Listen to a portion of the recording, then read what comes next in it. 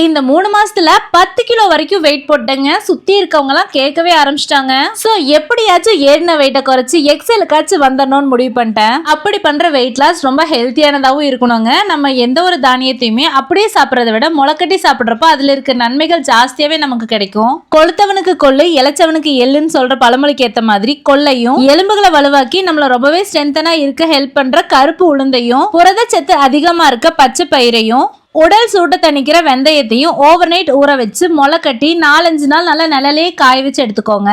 இது கூடவே அந்த காலத்துல ராஜாக்கள் மட்டுமே சாப்பிட்ட கருப்பு கவனி அரிசியும் மிளகு சீரகம் காஞ்ச பூண்டையும் நல்லா வறுத்து எல்லாத்தையுமே சேர்த்து அரைச்சு எடுத்துக்கிட்டா ஸ்ப்ரவுட்டட் பொடி ரெடிங்க. இந்த பொடியை தோசை இட்லி மாவுல கலந்து 2 தோசை தினமும் சாப்பிட்டு வந்தீங்கன்னா நல்லா வெயிட் லாஸும் ஆகும், தொப்பையும் குறையுங்க. ஆனா இதெல்லாம் பண்ண எனக்கு டைம் இல்லைன்னு சொல்றவங்க இதே மெத்தட்ல weight loss sprouts powder fit and food தமிழ்ல ரெடி பண்ணி தராங்க. தேவைப்படுறவங்க ஸ்கிரீன்ல தெரியற வெப்சைட் அண்ட் வாட்ஸ்அப்ல கூட ஆர்டர் பண்ணிக்கலாங்க. வெப்சைட் லிங்க் செப்பரேட்டா வேணும்னா லிங்க் கமெண்ட் பண்ணுங்க.